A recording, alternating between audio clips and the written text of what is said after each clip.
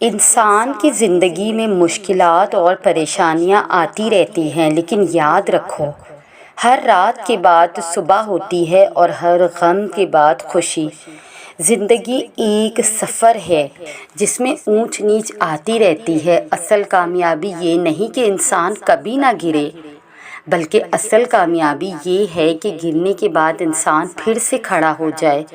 مشکلات انسان کو مضبوط بناتی ہے اور ہر پریشانی کے بعد انسان ایک نئے عزم اور حوصلے کے ساتھ آگے بڑھتا ہے۔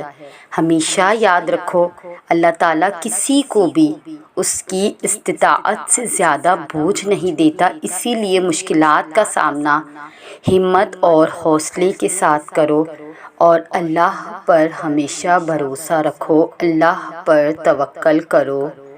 بے شک انسان بہت کمزور اور ناتواں چیز ہے۔ انسان تو اتنا کمزور ہے کہ اپنے پسندیدہ انسان کے معاملے میں بڑا نازک ہوتا ہے۔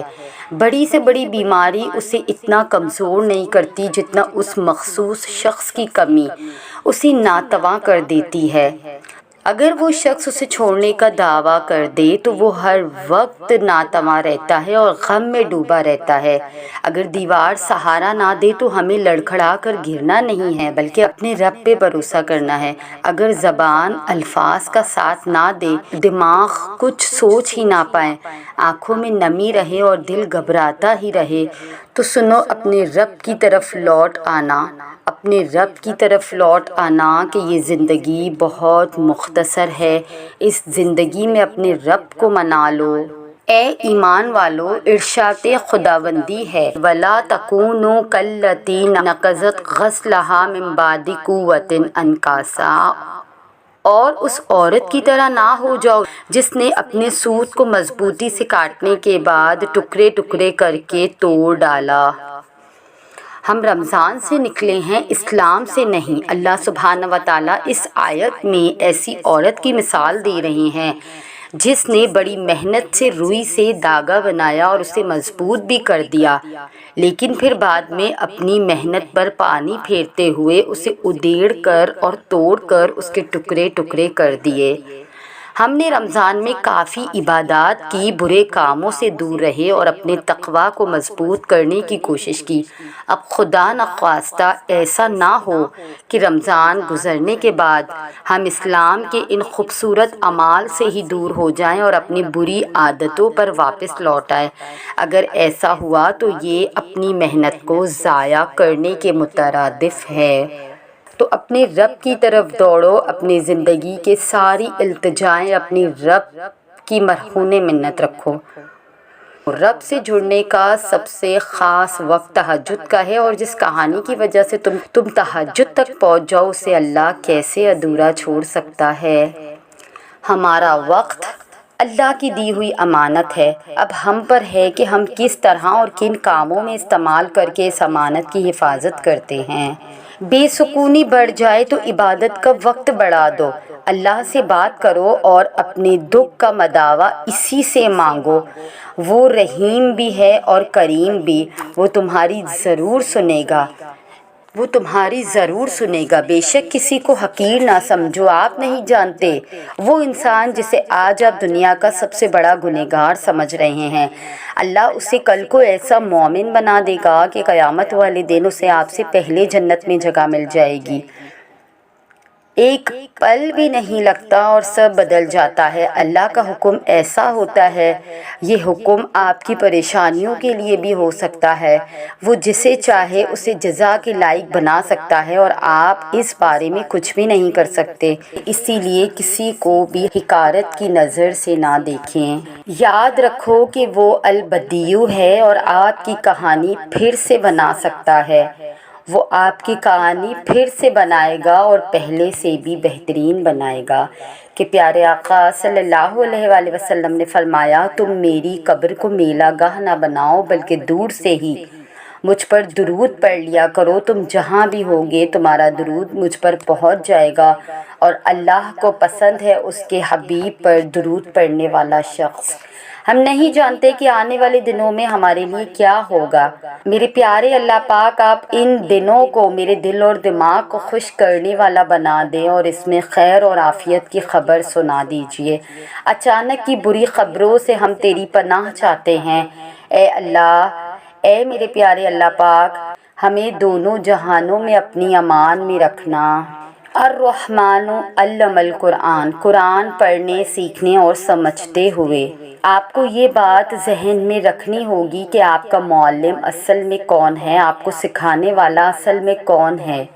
وہ رحمان ہے، آپ سے بے حد محبت کرنے والا، آپ کا بے حد خیال رکھنے والا۔ وہ آپ کو اگر کسی مشکل ٹاسک بھی دیتا ہے تو وہ صرف اور صرف آپ کے فائدے کے لیے ہی ہوتا ہے، آپ کو ایکسپیرینس دینے کے لیے، آپ میں بہتری لانے کے لیے، آپ کی مشکل کو آسان کرنے کے لیے۔ قرآن پڑھنے اور سیکھنے سے ہم دور بھاگتے ہیں کیونکہ ہم سمجھتے ہیں ہمیں دنیا سے الگ ہونا پڑے گا، ہمیں مشکلات سہنی پڑے گی۔ یہ سب شیطانی وسوسے ہیں، اصل میں تو قرآن رحمان کی طرف سے ہے جو آپ کی زندگیوں میں آسانیاں لانے کے لیے ہی آپ کی طرف بھیجا گیا ہے۔ رحمان نے قرآن سکھایا، حسبی اللہ لا الہ الا هو علیہ توکلت وہو رب العرش العظیم۔ زندگی میں اونچ نیچ آنا زندگی کا حصہ ہے۔ آپ کو پتہ بھی نہیں چلے گا کب آپ کے سب سے زیادہ وفادار دوست آپ کو دھوکہ دے جائیں گے، آپ کو پتہ بھی نہیں چلے گا کب آپ کو وہاں سے سب سے زیادہ خوشی ملے گی جہاں سے کبھی آپ نے امید بھی نہیں رکھی ہوگی۔ یہی زندگی ہے، تو اپنی ایکسپیکٹیشن کے مطابق ہم اسے چلا نہیں سکتے۔ اگر کچھ ہمارے بس میں ہے تو وہ یہ ہے کہ ہم اللہ کے حوالے اپنے معاملات کر دیں اور اسی پر مکمل توکل کرنے کی کوشش کریں۔ یہی کوشش ہے جس کے رنگ لانے کی 100% گارنٹی ہے، 100% گارنٹی۔ میرے لیے اللہ کافی ہے، اس کے سوا کوئی معبود نہیں، اسی پر میں نے بھروسہ کیا اور وہ عرش عظیم کا رب ہے۔ شیطان کا دانا پانی بند کر دے۔ رسول اللہ صلی اللہ علیہ وآلہ وسلم نے فرمایا، جب آدمی اپنے گھر میں داخل ہوتا ہے اور داخل ہوتے اور کھانا کھاتے وقت اللہ کا نام لیتا ہے تو شیطان اپنے ساتھی شیطانوں سے کہتا ہے کہ تمہارے لیے یہاں رات گزارنے کی جگہ نہیں ہے اور نہ ہی رات کا کھانا ہے۔ اور جب آدمی گھر سے داخل ہوتے وقت اللہ کا نام نہیں لیتا تو شیطان کہتا ہے کہ تم نے رات گزارنے کی جگہ پالی، اور جب کھانا کھاتے ہوئے بھی اللہ کا نام نہیں لیتا تو شیطان کہتا ہے کہ تمہیں رات گزارنے کی جگہ بھی مل گئی اور رات کا کھانا بھی مل گیا۔ ایک پیاری بات ہم سوچتے ہیں یا جو بھی خیال ہمارے دل میں آتا ہے اس کی بھی کوئی نہ کوئی وجہ ہوتی ہے۔ وہ خیال ایسے ہی نہیں آ جاتا دل میں، اللہ کی طرف سے ہی ہوتا ہے۔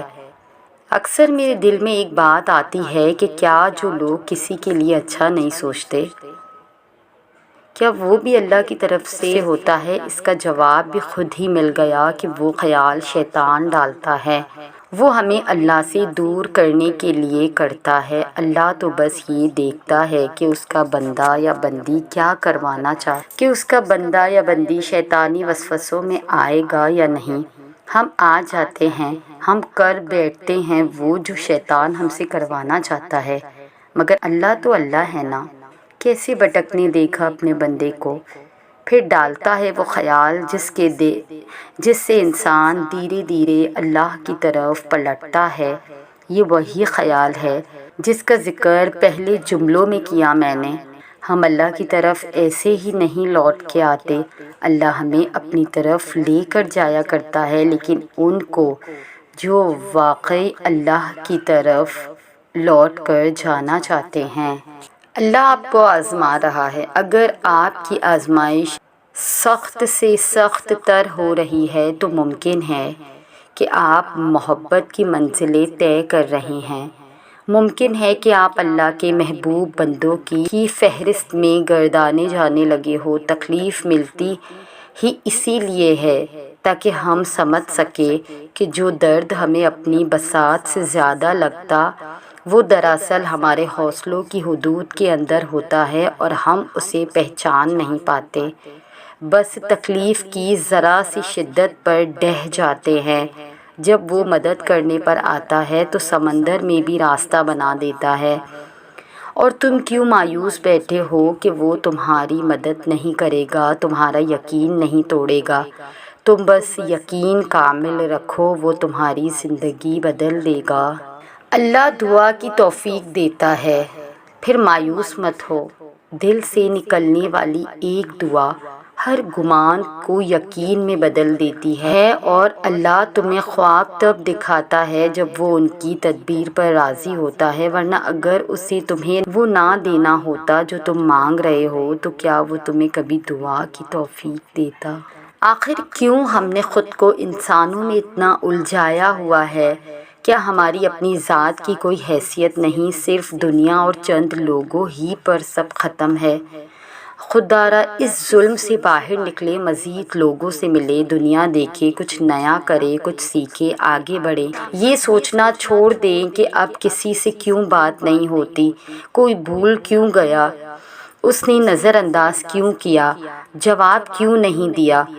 اچھا سوچیں سب کے بارے میں۔ کیا ہر کسی سے شکایتیں لگانے بیٹھ جاتے ہیں؟ کبھی کسی دکھی انسان کے پاس بیٹھ کر اس کا حال احوال پوچھ لیا کریں، کبھی صاف دل سے بھی بات کر لیا کریں۔ اچھا سوچیں اور کوشش کریں کہ سب کو اچھے کاموں کی نصیحت کر کے اللہ کے قریب لا دیں۔ حضرت علی رضی اللہ تعالیٰ عنہ نے فرمایا کہ جب راسੀ سخت ہو جائے تو سمجھ جائیں کہ ٹوٹنے والی ہے، اسی طرح جب حالات بہت بگڑ جائیں تو سمجھ لیجئے کہ آسانی آنے والی ہے، اور بے شک ہر مشکل کے ساتھ آسانی ہے۔ زندگی کا مزہ تب آنا شروع ہوتا ہے جب آپ اتنے میچور ہو جائیں کہ دوسروں کی حیثیت، مرتبہ، پیسہ اور شخصیت آپ کو متاثر نہ کر سکے، اور سامنے والے کی آدھی بات سن کر آپ کو پتہ چل جائے کہ وہ کیا کہنے والے ہیں اور کیا چاہتے ہیں۔ حضرت علی رضی اللہ تعالیٰ عنہ نے ایک اور جگہ فرمایا، جس کا ظرف دیکھنا ہو اسے عزت دو، جس کی فطرت دیکھنی ہو اسے آزادی دو، نیت اگر کسی کی نیت کو بھانپنا ہو تو اسے قرض دو، اور خصلت دیکھنی ہو تو اس کے ساتھ کھانا کھاؤ۔ تو آج کی ہماری ویڈیو کا ٹاپک ہے، اللہ پاک تمہارا تڑپنا دیکھ رہا ہے، وہ بے سود نہیں جانے دے گا۔ اپنی ویڈیو شروع کرنے سے پہلے آپ سے گزارش ہے کہ جنہوں نے ہمارے چینل کی اس سے پچھلی ویڈیو نہیں دیکھی تو پہلے وہ دیکھ لیجئے، اور ویڈیو پسند آنے کی صورت میں ہمارا چینل سبسکرائب کیجئے۔ اس کے علاوہ آپ ہمیں کمنٹ باکس میں یہ بھی بتائیے کہ آپ ہماری ویڈیو کس ملک یا شہر سے دیکھ رہے ہیں۔ دین کے اس خوبصورت سفر میں آپ کا ساتھ ہمارے لیے باعث مسرت ہے۔ اللہ رب العزت تمہاری ان زار و راز بہتی ہوئی آنکھوں کو معجزے سے خالی نہ چھوڑے گا، وہ تمہاری ان تڑپتی اور سسکتی ہوئی آہوں کو رد نہیں کرے گا، وہ ان ہتھیلیوں کو کبھی خالی نہیں لوٹائے گا جو اس کے سامنے روتے ہوئے پھیلائی جاتی ہے۔ یہ کبھی نہیں ہو سکتا کہ تم اپنے زیرہ زیرہ بکھرے وجود کو اس کے در پہ لے کر جاؤ اور وہ اسے محبت سے نہ سمیٹے، اور ایسا ہرگز نہیں ہو سکتا کہ تم تکلیف میں ہو اور وہ تمہیں اس تکلیف سے نجات نہ دلائے۔ وہ کائنات کی بے شمار آوازوں میں سے تمہاری آواز پسند کرتا ہے، اسے محبوب ہے وہ قیمتی پل جب تم آنسوؤں سے بھری نگاہوں سے آسمان کی اوہ تکتے ہو اور دل میں روتے ہوئے فریاد کرتے ہو تو وہ دیکھ رہا ہے میرے ان خالی ہاتھوں کو، اور جب تم اذیت کی انتہا کو پہنچ کر اسے درد سے پکارتے ہو، وہ سب جانتا ہے، وہ ہر شے سے باخبر ہوتا ہے، لیکن وہ تم سے سننا پسند کرتا ہے۔ وہ چاہتا ہے کہ تم اپنی خواہشات کو اس کے سپرد کر کے بے فکر ہو جاؤ اور اس کے کن کا معجزہ دیکھو۔ اگر اس نے تمہیں خالی ہاتھ ہی لوٹانا ہوتا تو وہ تمہیں دعا کی توفیق ہی کیوں دیتا؟ اگر اس نے ان آنسوؤں کی لاج نہ رکھنی ہوتی تو وہ تمہیں اپنی دہلیز پر بلاوا ہی کیوں دیتا؟ اور اگر اس نے تمہیں تڑپتا ہوا ہی چھوڑنا ہوتا تو پھر ہر پل تمہارے ساتھ ہونے کا دعویٰ کیوں کرتا؟ اگر اس نے تمہیں ٹھکرانا ہی ہوتا تو کیوں بار بار یقین دلاتا کہ مجھ سے دعا کرو، مجھے پکارو، میں تمہاری پکار کا جواب دوں گا۔ اللہ تو تمہیں تمہاری برداشت سے زیادہ کبھی نہیں آزماتا ہے، تو جہاں تمہارا صبر تھم توڑ دیتا ہے وہیں وہ کن فرما دیتا ہے، وہیں اس کی مدد تم تک پہنچ جاتی ہے۔ یاد رکھو، ایسا کچھ نہیں ہے جو تمہارے رب کے اختیار میں نہ ہو، کوئی ایسا کام نہیں جو وہ کرنے پر قدرت نہ رکھتا ہو، اس کائنات میں کوئی ایسا زخم نہیں ہے جسے اللہ بھر نہیں سکتا۔ یہی تو وہ خود شناسائی ہے کہ اللہ کے اختیار کو سمجھ جانا، پھر جو دل چاہے اسے مانگ لینا۔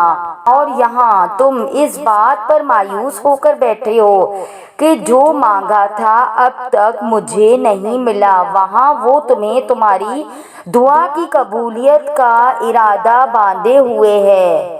امید تو اللہ رب العزت کا یقین ہے اور نا امیدی اس کی ذات و صفات سے انکار جو ہر شے پر قادر ہے، اور اللہ رب العزت سے نا امید تو صرف گمراہ اور بہکے ہوئے لوگ ہی کرتے ہیں۔ وہ جو آسمان اور زمین میں موجود ہر شے کا حساب رکھے ہوئے ہے، وہ تم سے غافل کیسے ہو سکتا ہے؟ وہ تمہارے درد سے نا آشنا نہیں ہے، وہ تو بس تمہاری ایک پکار کے انتظار میں ہے کہ کب تم پوری یقین سے اسے پکارو اور وہ تم پر اپنے انعامات کا در کھول دے۔ اس کی رحمت تو ہر لمحہ تمہیں اپنے گھیرے میں لینے کے لیے بےتاب رہتی ہے۔ تو یہ تھی ہماری آج کی ویڈیو۔ اگر آپ ہماری اس کاوش کو پسند کرتے ہیں تو ہمارے چینل کو سبسکرائب کر کے ہمارے ساتھ جڑ جائیے۔ جزاک اللہ۔